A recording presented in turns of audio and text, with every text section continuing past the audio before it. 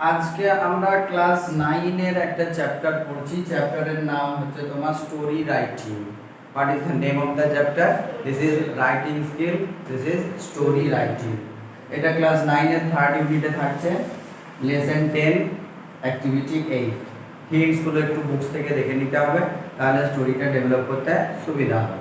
তো গল্পটার টাইটেল দেওয়া হচ্ছে two cats and a monkey. Two cats and a monkey. Two cats and a monkey. বলো, two cats and a monkey। তো এই গল্পটা কিরকম ভাবে ডেভেলপ হচ্ছে একটু দেখলাম। একদা দুটি বিড়াল একটা রুটি খুঁজে পেয়েছিল বা কুড়িয়েছিল। once a cat found a piece of bread। আচ্ছা, next, they started fighting over it। তারপরে তারা কি করলো, এই রুটিটা কে নেবে এই নিয়ে ঝগড়া শুরু করে দিল। সাপোজ ধরো রূপসা আর হচ্ছে প্রিয়া, দুজনা একটা কিছু কুড়ি পেল রাস্তায়। রূপসা বলে আমি দেখেছি তাই আমার, প্রিয়া বলে এটা আমি কুড়িয়েছি তাই এটা আমার। দুজন মিলে হেভি ঝগড়া। They started fighting over it. Just then a monkey arrived there. ঠিক সেই সময় ওই দিক থেকে একটা বাঁদর বেরাচ্ছিল। বাঁদর এদের এই ঝগড়াটার অ্যাডভান্টেজ নিল। কি নিল? এদের দুটো বিড়ালের যে ঝগড়া, ওয়ার্ল, সেই ঝগড়াটার অ্যাডভান্টেজ নিল। He agreed to settle the dispute.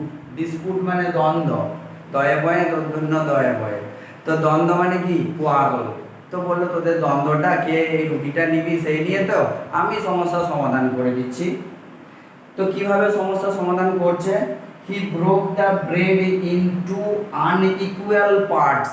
Equal মানে সমান, আনইকুয়াল মানে অসমান। ও ইচ্ছে করে রুটিটাকে এমন ভাবে ভাঙলো যাতে একটা টুকরো একটু বড় হয় আর একটা টুকরো একটু ছোট হয়। তারপরে সে দুজনকে দুটো রুটির টুকরো দিচ্ছে। তো তখন বিড়ালগুলো আবার ঝগড়া করছে। ও বলে না, ওরটা তো বড় হয়ে গেল, আমারটা ছোট হয়ে গেল। এই যে তার ফলে বিড়াল আরো সুযোগ পেয়ে গেল। বিড়াল তখন কি করলো?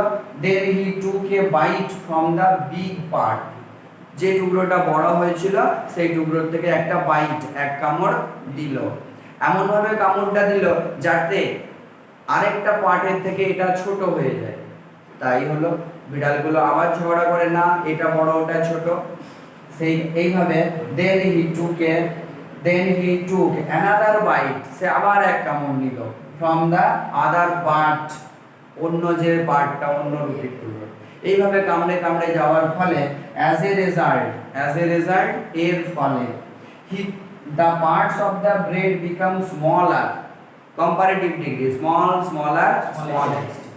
আচ্ছা, এখন দুটো টুকরোই ধীরে ধীরে সাইজে কি হচ্ছে?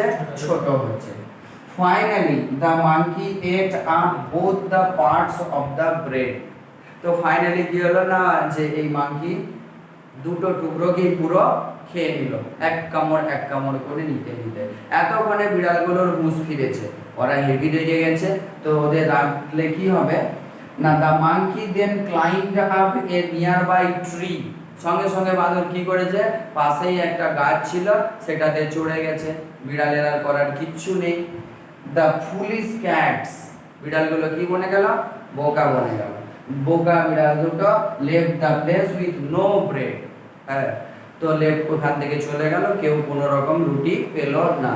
তাই এই সম্পূর্ণ গল্পটা পড়ে আমরা কি শিক্ষা পাচ্ছি, যেটা আমাদের নীতি শিক্ষা বলা হয়, সেটা গল্পের শেষে দিতে হবে মোরাল।